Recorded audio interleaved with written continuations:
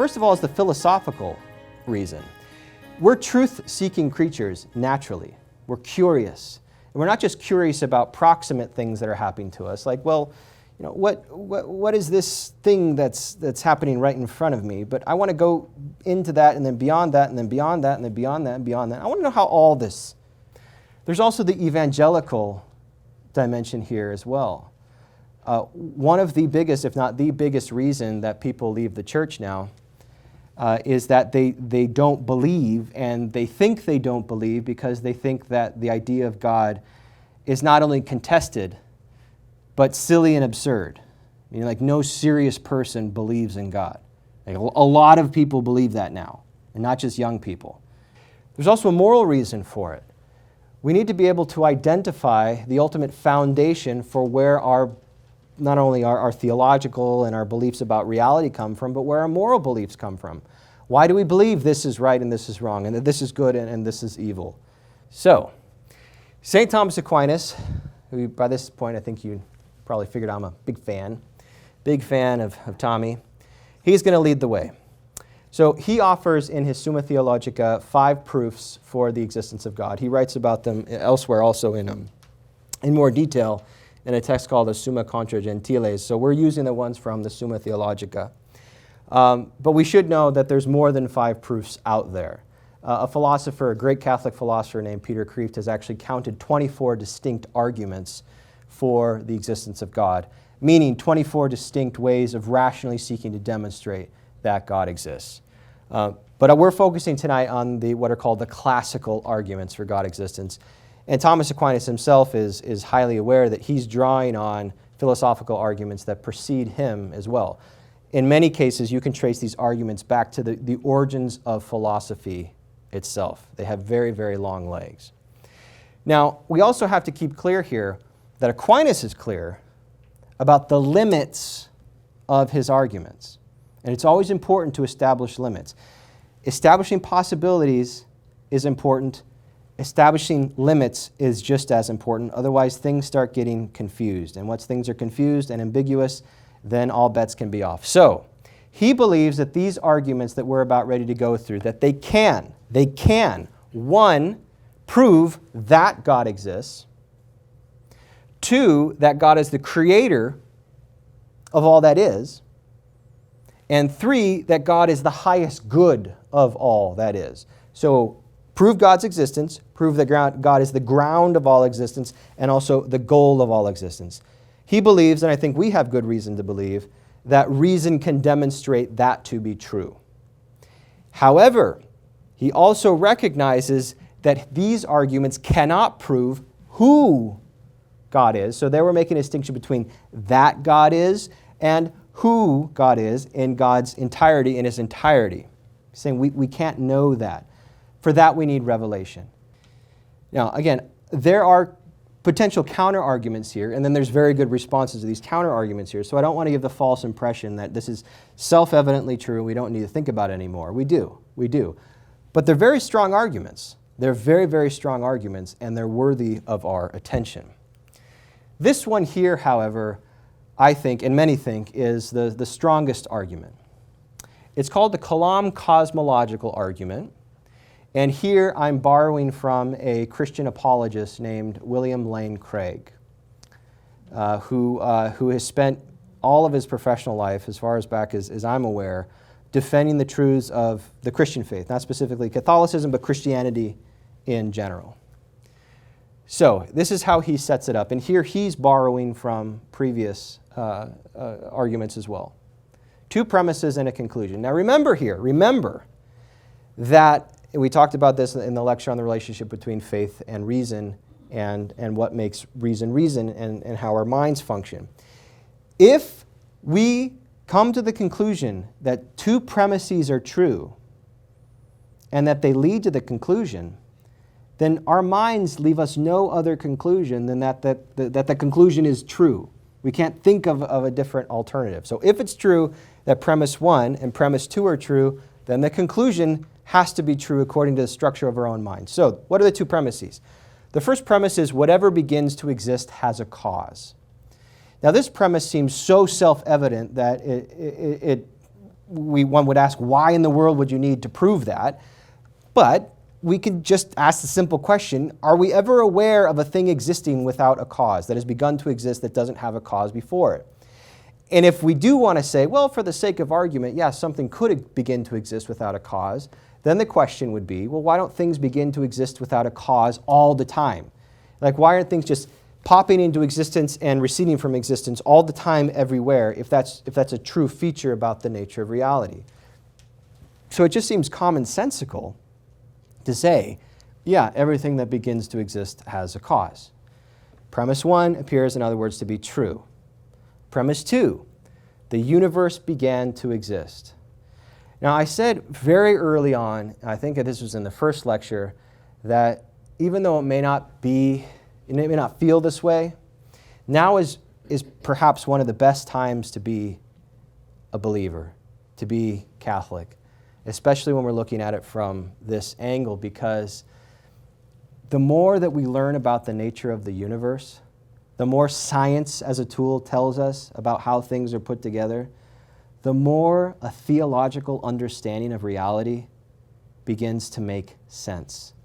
So these are insights that our tradition has always had, but now we're able to see them even through the light of science. So, most cosmologists now, most physicists, are led to the conclusion, based upon their different ways of studying the universe, that the universe had a beginning. So think of the universe here. And the universe is not just our planet, it's not just our solar system, it's everything in existence. And this includes, if you want to get kind of real trippy on this, the possibility of multiverses, which is one theoretical possibility, that this is our universe is within a whole sequence of different universes. Even if that's true, it still appears to be the case that there was a beginning, an absolute beginning. In other words, that the universe isn't eternal.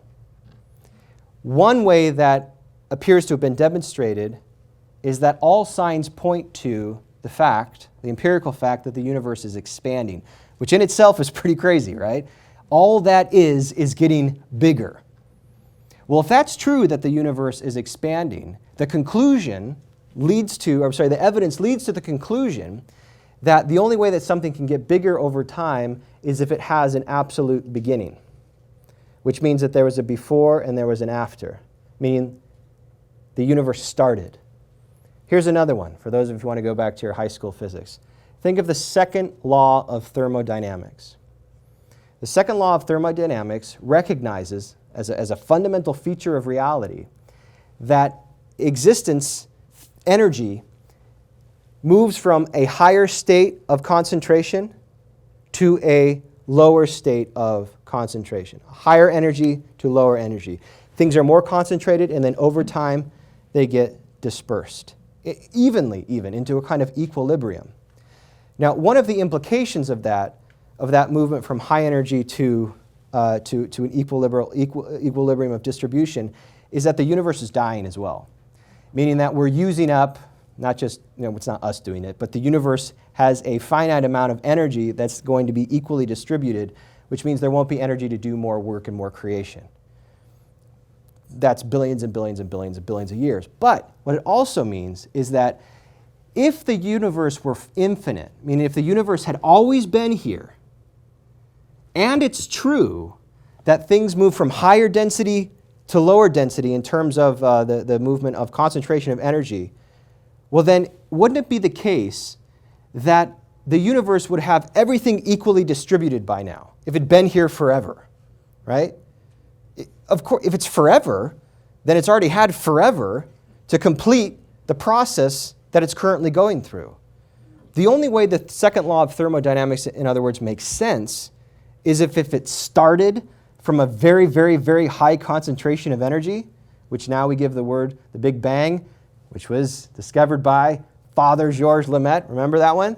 The Big Bang, the highest concentration of energy that then gets dispersed in the creation of space and time, and then in and through space and time. Well, that makes sense. Now we can say, the second law of thermodynamics makes perfect sense as long as you postulate the beginning of a universe. In other words, premise 2 appears to be true. So if it's true that whatever begins to have a cause? Yes. And it's true that the universe began to exist. All signs point to yes. Then, therefore, what? The universe has a cause. And if the universe has a cause, that cause must not be the universe itself. It must have the opposite qualities of the universe. In other words, it must be timeless, spaceless, immaterial, uncaused, capable of acting, and immensely powerful, which are all great ways of describing the characteristics of God. Right? So this is a serious argument. It's really hard to undo this one. I honestly don't think it can be done. And yet you see the elegance and simplicity of it, right? So, conclusion. Which is more reasonable in the end? To believe in God or not to believe in God? Peter Kreeft, the same philosopher I noted before, the Catholic philosopher, argues that the best way to think about the rational demonstrations or attempted proofs of the existence of God is to think of them as like individual strands that come together to form a rope. Think of those big ropes that they use on ships, right? It's not just one strand. It's lots of strands together that form the strength. And so we don't need to hang our hat on any individual one, but see them all working together to form the same conclusion. But this, and this gets this gets kind of under my skin, because oftentimes, in fact, all the time, the religious people, as we're oftentimes deemed, that's our moniker, right? The religious people, are accused of what's called magical thinking, superstitious thinking, thinking in such a way that has no correspondence with reality, as if we were children, right? We're the superstitious infants, right? Babbling our God babble. Okay, fine. Which position is more rational, given all that we've gone through today? The person who ultimately affirms, yeah, something can come from nothing, obviously. It's just, dude, remember that shirt I showed you last week? Dude, do you even science? Yeah, things come from nothing all the time, right? Is that the position that's more rational? Or is it the position of the person who, based on all scientific, all philosophical, and all even experiential knowledge, like how we navigate through space and time in our individual lives, comes to the conclusion, no, actually, believing that things come from something coming from nothing is actually irrational. I have no reason to believe that's the case. And since that appears to be true, I'm led to the conclusion that there must be some ultimate, final, transcendent cause to all this. In other words, the most rational conclusion here, weighing all the evidence together, is that God exists. So the last point I want to make here is, and this is oftentimes an internal critique, is, well, haven't you just put God in a jar? Haven't you just chained God to the confines of your mind, and in doing so, dethroned him? No, you haven't done that. It's the exact opposite is the case, right? Once we let get into our bones that God is real and not just a theoretical construct or a philosopher's toy, that we're talking about the transcendent ground to all reality that continues to exist, both beyond everything and here and now, making everything possible in this very moment. Once we let that thought settle and permeate who we are, talk about sparking a religious devotion, talk about sparking piety. Right? That's where the rubber hits the road and we can actually begin to say, now that I know that he is, how can I not want to know more? How can I not want to know who he is? And that then leads us back to Revelation, back into the church, back into the sacraments, where we, having now started this adventure, can now move forward knowing that there is some kind of completion at the end. So, to be continued, but I hope at the very least that you all leave here with the confidence of knowing that God exists. All right, thank you.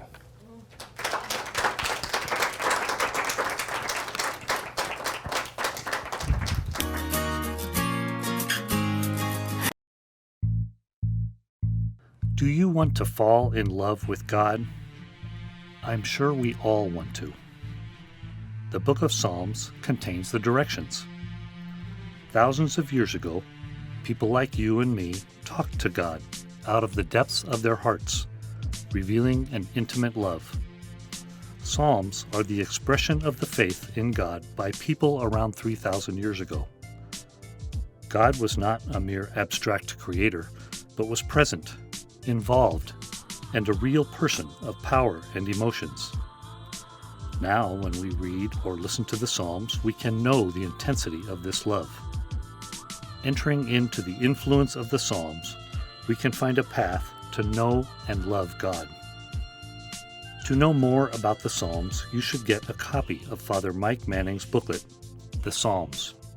It will help you to understand the 150 Psalms better as he has categorized them.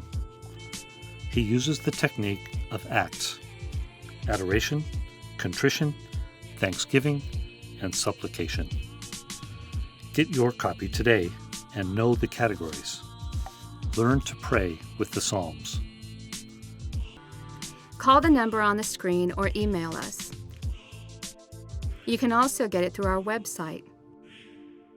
Get your copy today. God exists, but what does that mean to me? God is there, so what? What is he to me? God has created all these things, but there's so much good and there's so much bad.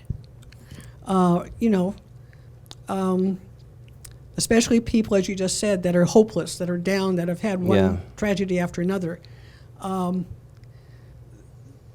When we preach God to our kids and in schools, we try to tell them that God is good and loving, and even the kids sometimes question, well, if he's so good and loving, why did my dog die? Why did my grandma die?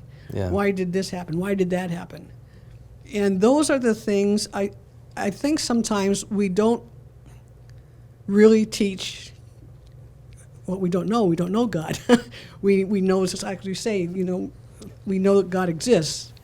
But what does that mean in overall terms of life? And looking back from my life to now, I think we've gone through some tremendous changes and a lot of bad things that have happened. And it's in our society has turned against what's good, and we've said that God is good, but all they see is stuff that's not good. I don't know. It's just a question. Yeah, well, it's one of the toughest, if not the toughest. But at the very least, we can say this. Again, we're going to address this more specifically on the lecture on the problem of evil, because I think my own take on this is the problem of evil is probably the strongest argument for atheism. Atheism doesn't really have a very strong intellectual ground, my own take on it, but the problem of evil gives it some traction. But there's good answers to it. But one thing that we can say is that if this is true, then certainly it is possible to rail against God. Certainly it is possible to turn your back on God. Certainly it is possible to live as if God didn't exist. But when we're doing that, we're living a delusion. So yes, we can, and in fact, that's what sin is in a broader perspective. Is sin is a delusion. Sin is it's a kind of whole body mental illness in which we are living in a false reality of our own creation as if it were real. But it's not real. One of the metaphors we'll use in the problem of evil lecture is sin is a lie. So what are lies? Lies are obviously real. We hear them all the time. We see them all the time. We see how destructive lies are. But by definition, lies aren't real, right? Lies are a hole in the truth. They can't exist without the truth. And so what we're doing when we rebel against God is we may have some kind of psychological benefit for a moment in saying, that God exists, but not for me. But then you're choosing, the way that you're choosing to live your life is to say, I'm deliberately going to live a fantasy. Will people do that? Yes. Will it ever stop being a fantasy? No. So it's always the call back to reality. Between the priests and nuns, we have approximately a little over 1 million teachers, so to speak. And our faith has grown from 0 to 1.3 billion members in about over 2,000 years. There are 39,000 workers working for Facebook, and in 14 years they've come to 2.3 billion people. How do we impart our educational system like you're doing here? Oh, sorry. My first response was, this used to be taught to middle schoolers in Catholic schools. Now middle schoolers color pictures. I think this is an age that's hungry for clarity. It's hungry for clarity. It's hungry for a cutting through the ambiguity, for a demonstration of people who are not only willing to live according to what they believe, which is, that's hard enough to find, but also people who are willing not to be mealy-mouthed and wishy-washy and namby-pamby and all those things. Now, I have to be careful here because I don't want to give the impression that we learn 15 different statements and then all this, and we say them with absolute clarity, and now we're being religious, now we're being good Catholics. It's hard, but it's not impossible. So we all have to go through these kinds of rigorous self-examinations, and I mean that in a particular intellectual sense, and then be willing to go out and to have our yeses be yes and our noes be noes, and then to hold each other to account, and include holding those in the church to account as well. That your yeses be yes, and your noes be no.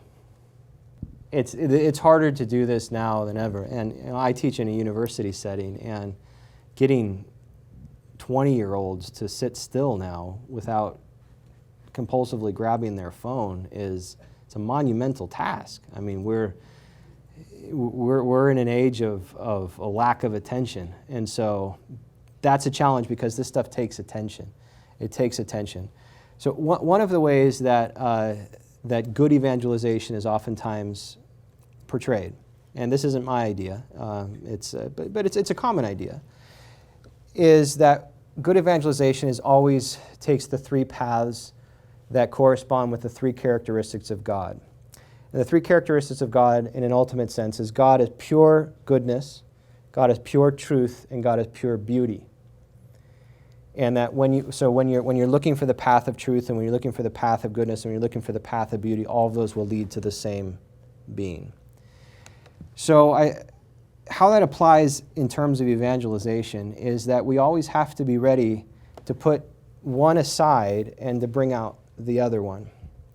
So sometimes the arguments aren't going to capture. In fact, a lot of times the argument to capture, and again, I've seen it myself, a lot of people actually don't care whether or not they're living a coherent or incoherent life until they have some sort of crisis, and then all of a sudden it matters. But as they're sort of coasting along, they're like, well, I guess doesn't make sense, but well, who are you to judge anyway? So off they go. So, in those cases, it's witness.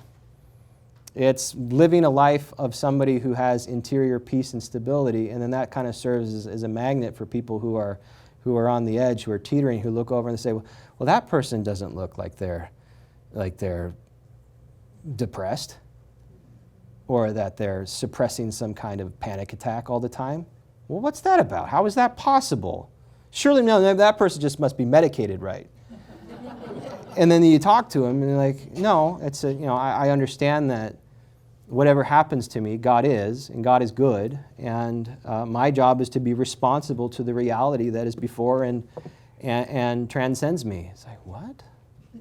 And then that person might start paying attention to the arguments now. And the same with beauty. Are we creating beautiful things? We're not creating beautiful things.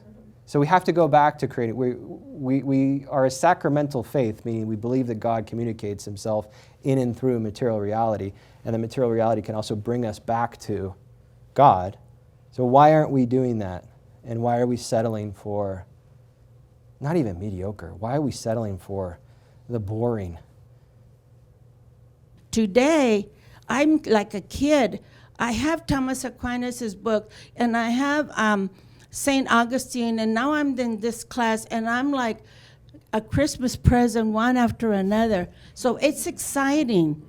And I never became bitter because of the very long depression times that we had. There was always something, somehow, some way, I believed it. And then this is a lot. I think it's thank you for sharing that testimony. I think it's a nice way to sum all this up. To go back to the question, why believe? Granted that there appear to be good intellectual arguments, but really, what's the point? What's the point of going through all this? Is to avoid bitterness. I mean, there's so many temptations to say, excuse my language here, but to hell with it, right? To hell with it all. Look at all these people who appear to prosper when they're the worst people I can even conceive of, and they're even worse than that, and they're the ones who are, they got the job, and they're the ones in charge.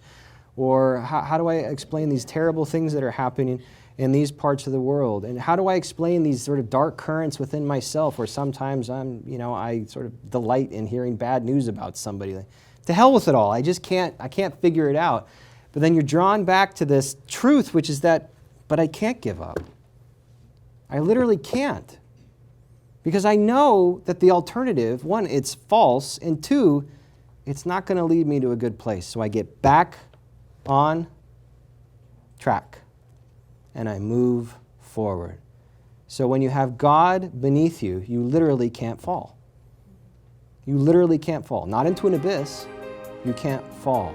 And so it ultimately comes down to, do you want to be happy in life, or do you want to be miserable?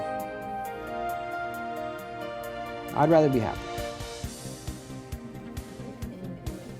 So, thank you all.